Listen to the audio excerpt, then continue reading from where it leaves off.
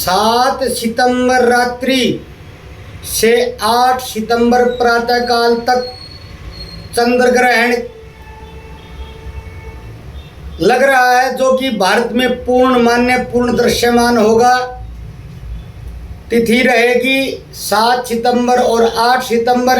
समय रहेगा रात्रि 8:58 PM से लेकर 8 सितंबर प्रातःकाल 2:25 AM तक कुल 5.5 घंटे का बहुत बड़ा चंद्र ग्रहण होगा, जिसकी पूर्णता का समय लगभग 82 मिनट का होगा, जो कि 7 सितंबर 11 PM रात्रि काल से लेकर और 8 सितंबर को 12:22 AM तक का होगा। 11 रात 7 की रात 11 से लेकर और 12:22 तक, यानी कि 82 मिनट पूर्णता रहेगी। अधिकांश एशिया महाद्वीप में भारत सहित ग्रहण दिखाई देगा, मान्य होगा। ऑस्ट्रेलिया, अफ्रीका, यूरोप और पश्चिमी प्रशांत महासागर से पूर्ण और आंशिक रूप से देखा जा सकेगा। ग्रहण तब होता है जब सूर्य और चंद्रमा लगभग एक सीध में आ जाते हैं और पृथ्वी की परछाई चंद्रमा पर पड़ती है। इस विषय पर बहुत ज़्यादा बोला जा सकता है, लेकिन इतना ही बहुत है। बाकी ग्रहण क्यों होता है ये विषय विस्तृत हो जाएगा। सूतक काल 7 सितंबर को 12:30 बजे दोपहर से प्रारंभ हो जाएगा। 8 मिनट बाद का है, लेकिन 12:30 ही मानिए आप।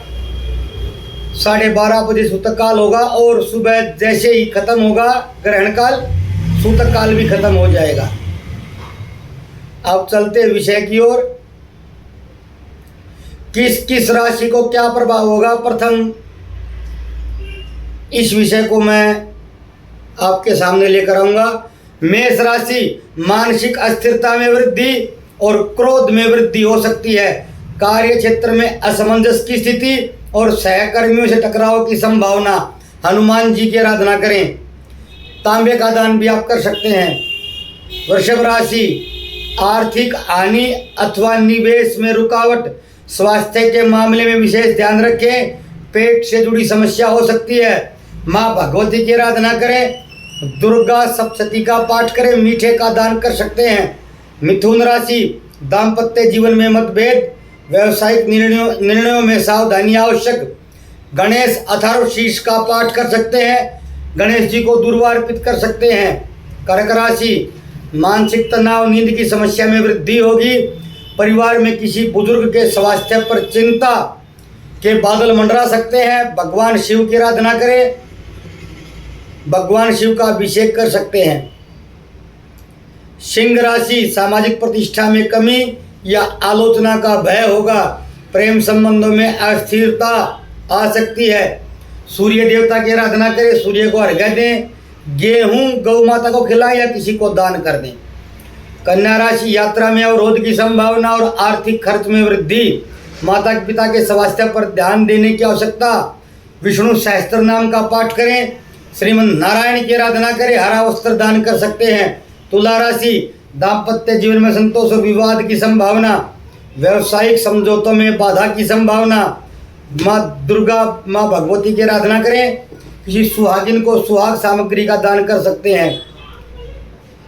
वृश्चिक राशि,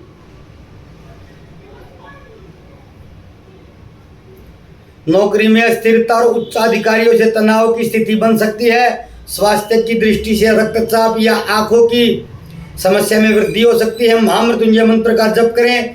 तिल या तेल का दान करें। धनु राशि, भाग्य में विघ्न, धार्मिक कार्यों में रुकावट, उच्च शिक्षा और विदेश यात्रा में देरी हो सकती है। श्रीमन नारायण की आराधना करें। पीली वस्तु का दान कर सकते हैं। मकर राशि, संतान और शिक्षा संबंधित चिंता उत्पन्न हो सकती है। धन निवेश में सावधानी रखें।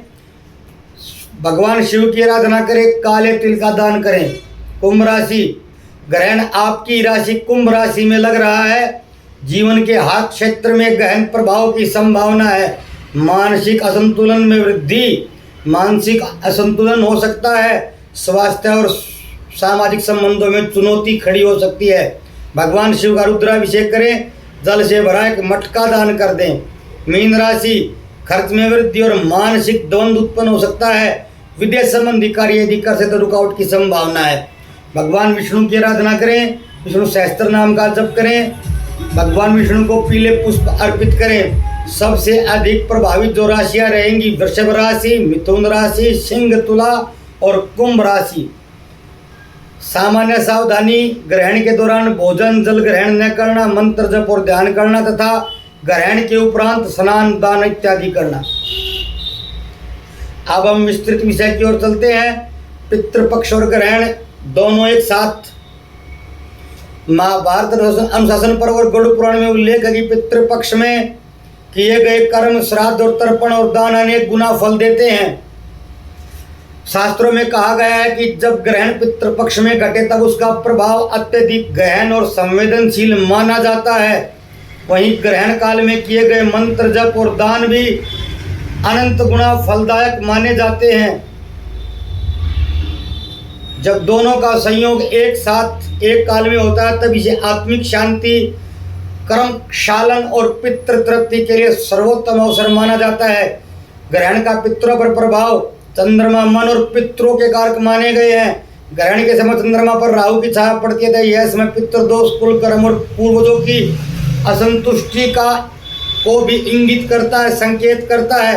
यदि व्यक्ति नियमित श्राद्ध या तर्पण नहीं कर पाता तो इस विशेष दिन विशेष काल में किया गया जप, दान और तर्पण उसके लिए विशेष फलदायी होता है। करने योग्य कर्म, ग्रहण पूर्व स्नान करके संकल्प ले कि ग्रहण काल में पितरों के लिए मंत्र जप अथवा स्मरण करेंगे। जो भी स्मरण, नाम जप जो भी आप करना चाहें। अन्न पानी को ढककर रखें।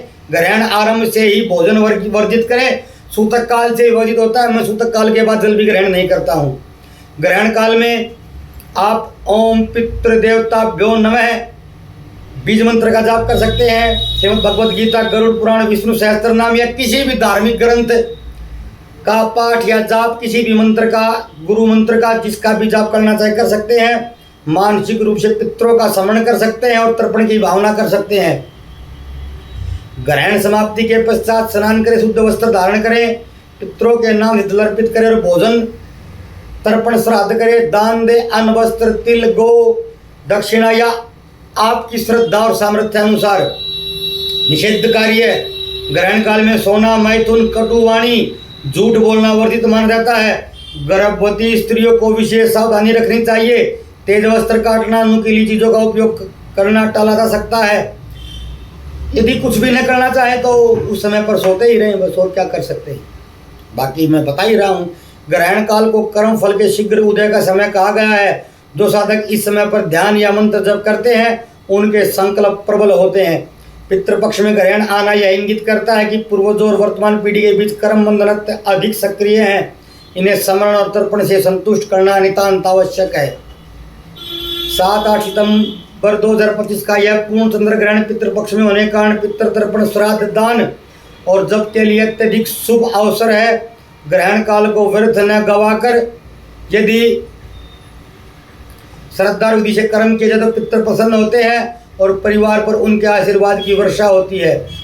सूतक काल का निर्धारण, चंद्र ग्रहण सूतक काल ग्रहण प्रारंभ से 9 घंटे पूर्व लग जाता है। यह काल भारत में दृश्यमान ग्रहण होने पर ही मान्य होता है। अतः 7 सितंबर को रात्रि में प्रारंभ होने वाले इस ग्रहण को का सूतक उसी दिन में ही आरंभ हो जाएगा। समय मैंने पूर्व में बता दिया है। भोजन न बनाएं, भोजन करना या भोजन छूना भी निषेध माना जाता है। शयन, मैथुन, श्रृंगार के कार्य शास्त्र अनुसार वर्जित होते हैं। दान, लेन देन या व्यापारिक लेन देन ग्रहण काल में नहीं करना चाहिए। गर्भवती स्त्रियों को नुकीली वस्तु का प्रयोग, बाल काटना, सिलाई बुनाई आदि से बचना चाहिए। सूतक काल में करने योग्य कार्य मंत्र जप, ध्यान और प्रार्थना, धार्मिक ग्रंथों का पाठ, गीता, रामायण, गरुड़ पुराण इत्यादि इत्यादि। पितृ स्मरण और मानसिक रूप से तर्पण की भावना। ओम नमः शिवाय बीज मंत्र का या सामान्य ओम नमो भगवते वासुदेवाय नमः बीज मंत्र का जाप भी आप कर सकते हैं। दोनों में से जो आपको उचित लगे, ओम नमः शिवाय या ओम नमो भगवते वासुदेवाय। ग्रहण पश्चात जो करना था मैंने बता दिया है। शास्त्र क्या कहता है? ग्रहण काले जप प्रोक्त कोटि गुण्य पर कीर्तित है। ग्रहण के समय किया गया जब कोटि गुणा फल देता है। गरुड़ पुराण में कहा गया है ग्रहणोपरांत स्नान और दान से पापों का क्षय होता है। इस काल में साधक यदि मौन रहकर ध्यान करे तो आत्म शक्ति और चित्त शुद्धि में वृद्धि होती है। ज़्यादा नहीं कुछ कर पाए तो ध्यान ही कर लें। मौन रहकर स्थित प्रज्ञ रहकर 7-8 दिसंबर का चंद्र ग्रहण केवल खगोलीय घटना नहीं बल्कि धार्मिक अनुशासन और साधना का विशेष सुअवसर भी है। सूतक में संयम और शुद्धता रखें। ग्रहण काल में जप और ध्यान करें। ग्रहणोपरांत स्नान शुद्धि और दान द्वारा अपने परिवार के लिए कल्याणकारी फल प्राप्त करें। मैंने ग्रहण पर विस्तृत वर्णन बड़े रफ्तार से कर दिया है। सभी राशि किस राशि वाले किस इष्ट की आराधना करें ये भी बता दिया है। और सूतक काल, ग्रहण काल, भोग काल, मोक्ष काल सब बता दिया है। पितृपक्ष पर वीडियो कल आ जाएगा। किस तिथि को कौन सा पितृपक्ष है, प्रथमा को, द्वितीया को, 2 तिथियां एक ही दिन में भी भोग होती तो दोनों का एक साथ भी करना होता है। और अमावस्या के लिए पितृपक्ष के मध्य में अमावस्या के लिए अलग से वीडियो दूंगा। और पितृपक्ष में जो आप करना चाहें जैसे आपकी कुल की परंपरा उसी अनुसार करें। एक उपाय मैं हर बार बताता हूँ, वही उपाय बताता हूँ जो आपको अलग से करना होता है जो भी वीडियो सुन रहे हैं। एक मंत्र विशेष भी बताऊंगा जो पितरों के लिए यदि कोई अनुष्ठान करना चाहे तो कर सकते हैं। मैं मंत्र को आपको बताऊंगा, शेष आपकी इच्छा है, करना चाहे कर सकते हैं, नहीं करना चाहे तो कोई दबाव नहीं है। मैं तो पितृपक्ष में पितरों के लिए अनुष्ठान नित्य करता हूँ। बहुत समय पहले से मैं करता आ रहा हूँ। सबसे पहले जब मैं करने लगा तो मैंने अनुष्ठान के रूप में पितरों का अनुष्ठान ही किया था। और पितरों की कृपा से हर ज्ञान मेरे को स्वतः सुलभ और प्राप्त होता गया। मैं कहीं सीखने नहीं गया हूँ, सब यहीं प्राप्त हो गया है। न किसी की आवश्यकता पड़ी, न किसी की चरण वंदना करनी पड़ी, सब भगवान शिव और पितृ देवताओं की कृपा से है। कल फिर मिलते हैं अन्य विषय के साथ। पितृपक्ष पर ही लेकर वीडियो की संभावना, क्योंकि 10 से लेकर 17 तक ग्रहों के गोचर काफ़ी हो रहे तो उन्हीं पर वीडियो डाला जाएगा। तो कल ही पितृपक्ष पर वीडियो लेकर आऊँगा। तब तक नमस्कार। जय भोलेनाथ, जय श्री जगन्नाथ।